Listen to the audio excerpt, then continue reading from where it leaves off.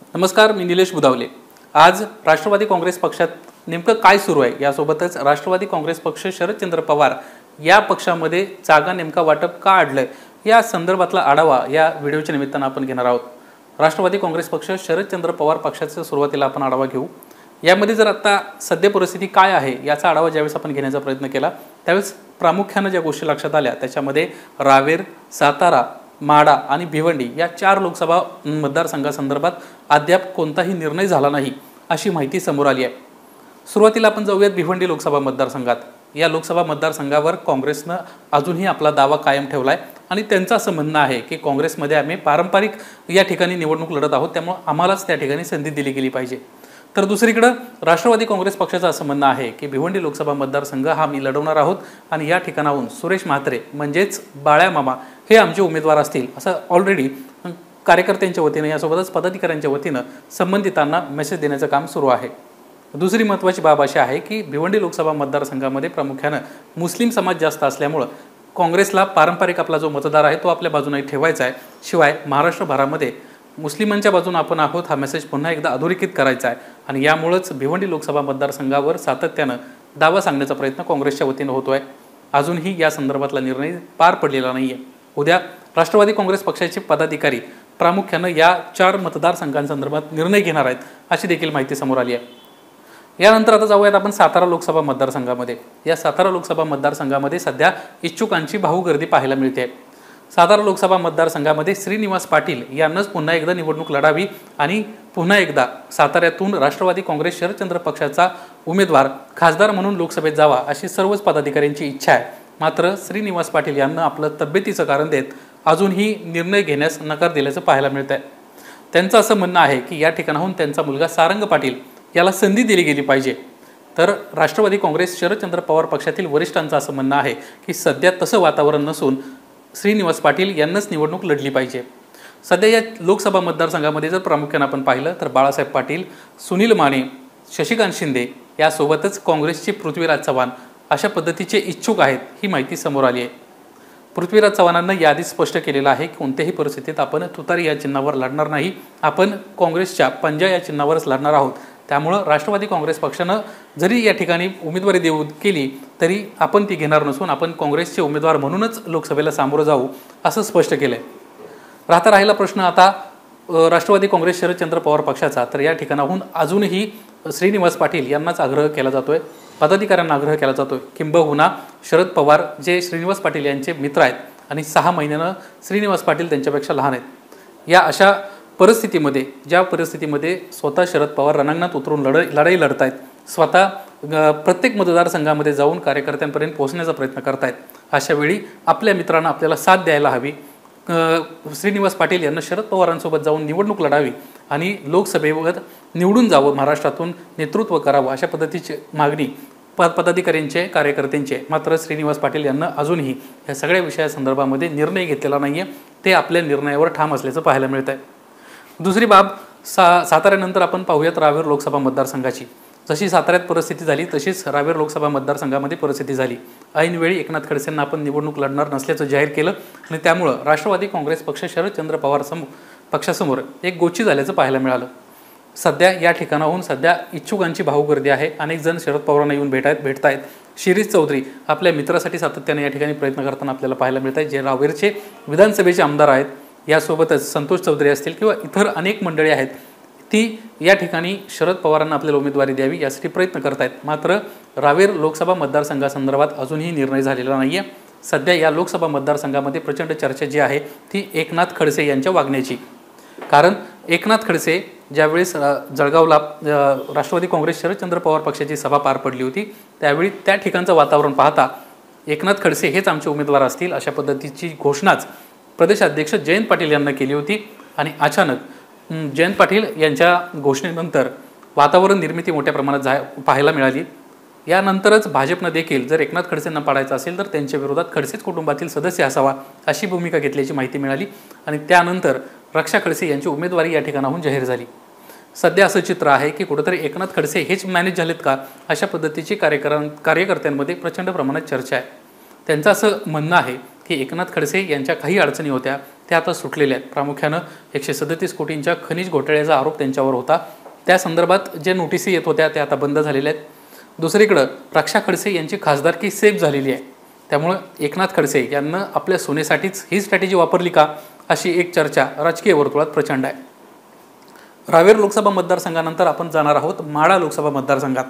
खरं तर माढा लोकसभा मतदारसंघामध्ये सध्या मोठ्या प्रमाणात चर्चा आहे की त्या ठिकाणी जे खासदार देण्यात आलेले आहेत रणजित निंबाळकर यांच्या विरोधामध्ये प्रचंड प्रमाणामध्ये स्थानिकांचा विरोध आहे, त्यामुळं भाजपनं त्यांची उमेदवारी मागं घ्यावी आणि त्या ठिकाणाहून भाजपनं दुसरा उमेदवार द्यावा, आम्ही सर्वजण त्यांचं काम करू अशा पद्धतीची भूमिका त्या ठिकाणी असणारं जे मातब्बर घराणं आहे मोहिते पाटील आणि यासोबतच रामराजे नाईक निंबाळकर या दोन्ही कुटुंबाने घेतलेली आहे।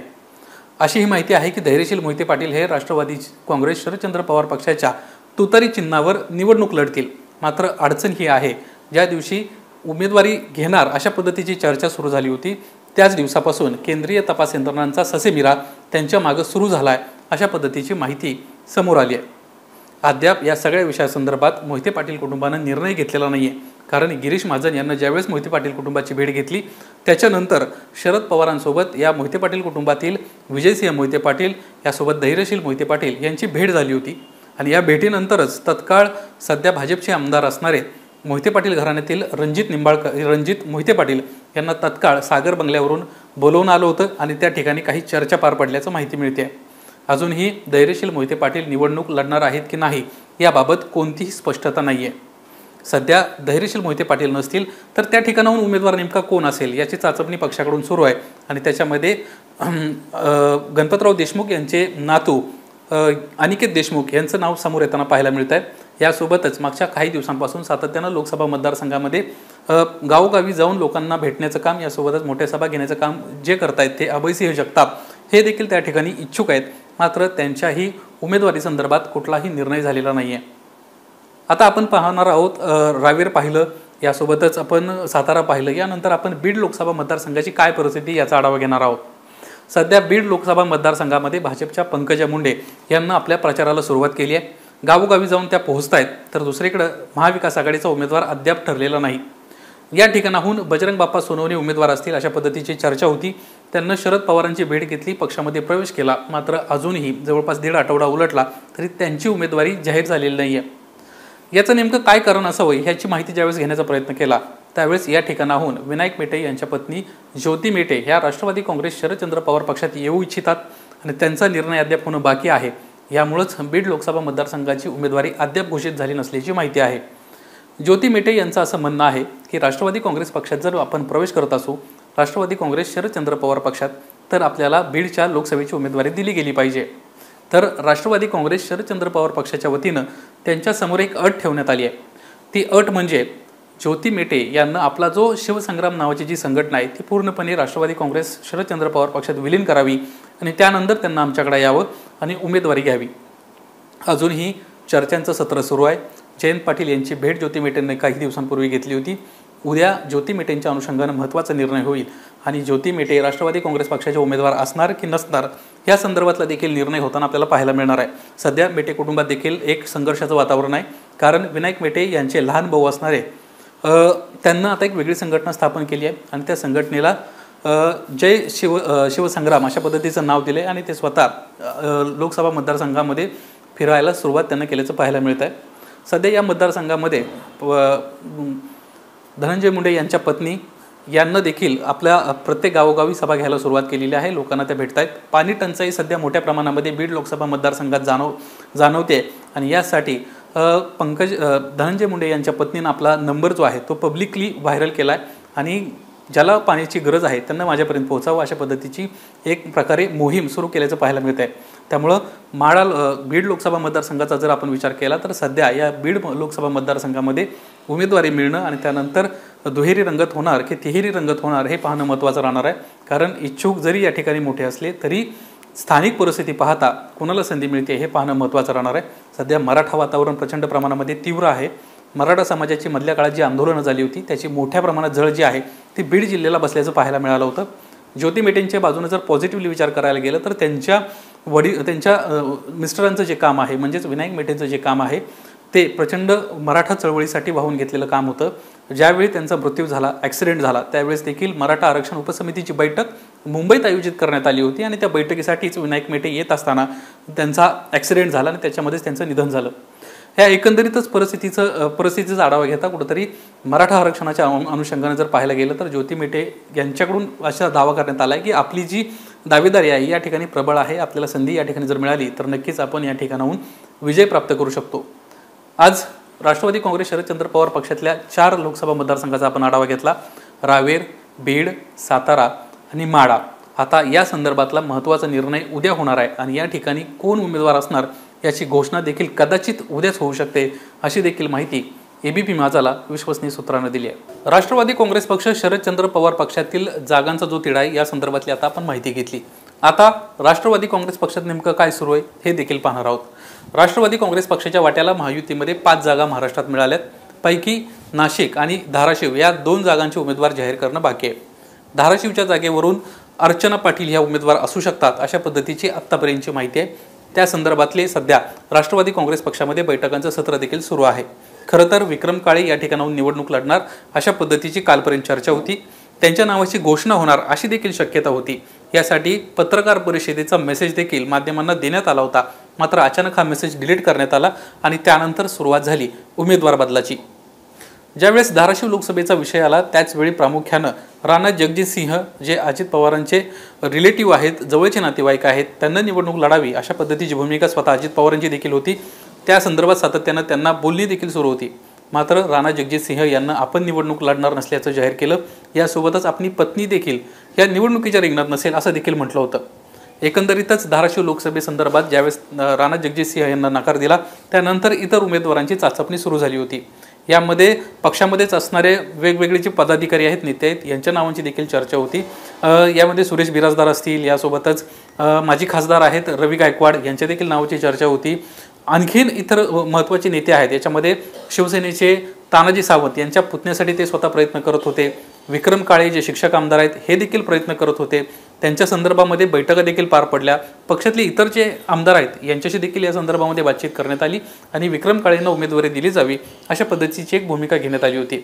मात्र भाजपच्या वतीनं हे सर्व एका बाजूला सुरू असताना एक नाव सुचवण्यात आलं आणि माजी सनदी अधिकारी प्रवीण परदेशी यांच्या नावावर कुठेतरी शिक्कामोर्तब होणार अशी चर्चा सुरू झाली. यावेळी प्रवीण परदेशी यांच्याशी ज्यावेळेस संपर्क साधण्याचा प्रयत्न केला त्यावेळेस त्यांना एबीपी माझाला बोलतानाची माहिती दिली ती खूप महत्त्वाची होती. अजित पवार राष्ट्रवादी काँग्रेस पक्षाचे राष्ट्रीय अध्यक्ष आहेत आणि त्यांच्या पक्षाच्या माध्यमातून ही निवडणूक त्यांना लढावी अशा पद्धतीची एक भूमिका राष्ट्रवादी काँग्रेस पक्षाची होती. म्हणजेच घड्याळाच्या चिन्हावर प्रवीण परदेशी यांना निवडणुकीला सामोरं जावं. मात्र प्रवीण परदेशी यांची जी भूमिका होती ती भाजपच्या चिन्हावर निवडणूक लढण्याची. एकंदरीतच राष्ट्रवादीच्या वाट्याला आलेली जी जागा आहे ती राष्ट्रवादी काँग्रेस पक्ष सोडण्यास तयार नव्हतं आणि त्यामुळं हळूहळू प्रवीण परदेशी यांचं नाव मागं पडल्याचं पाहायला मिळालं आणि पुन्हा एकदा राष्ट्रवादी काँग्रेस पक्षातूनच उमेदवार दिला जावा या संदर्भात चर्चा सुरू झाली. मागच्या 4 ते 5 दिवसांमध्ये देवगिरी निवासस्थानी अनेक वेळा या संदर्भातल्या बैठका पार पडल्यात. धाराशिव लोकसभेच्या मतदारसंघातील जे सर्व पदाधिकारी आहेत त्यांची सातत्यानं बैठक झालेली आहेत. अजित पवार स्वतः सर्वांच्या संपर्कात आहेत आणि त्यांना स्पष्ट केलं होतं की स्थानिक सर्व आमदारांना बसावं आणि निर्णय घ्यावा. सागर बंगल्यावर देखील राणा जगजितसिंह असतील, यासोबत तानाजी सावंत असतील, ही सर्व मंडळी येऊन गेलेली आहेत. त्यांची चर्चा पार पडलेली आहे. मात्र उमेदवार अद्याप निश्चित झालेला नाही आहे. मागच्या 2 दिवसांपासून अशी शक्यता वर्तवण्यात येते राणा जगजितसिंह यांच्या पत्नी अर्चना पाटील ज्या जिल्हा परिषदेवर देखील होत्या याच धाराशिव लोकसभेच्या उमेदवार असतील आणि लवकरच त्यांचा राष्ट्रवादी काँग्रेस पक्षामध्ये प्रवेश होईल आणि अधिकृतरित्या त्यांच्या नावाची घोषणा केली जाईल. सध्या आपण पाहतोय नाशिक लोकसभेच्या अनुषंगाने छगन भुजबळ यांच्या नावाची अद्याप घोषणा झालेली नाही आहे. सध्या राष्ट्रवादी काँग्रेस पक्ष, शिवसेना, भाजप यांमध्ये नाशिकच्या लोकसभेसंदर्भात मोठा संघर्ष सुरू असल्याचं पाहायला मिळतं आहे. हेमंत गोडसे स्वतः रस्त्यावर उतरून या संदर्भात आंदोलन करतायत. परंतु असं असताना देखील दिल्लीमधूनच छगन भुजबळ यांचं नाव निश्चित झालं आहे.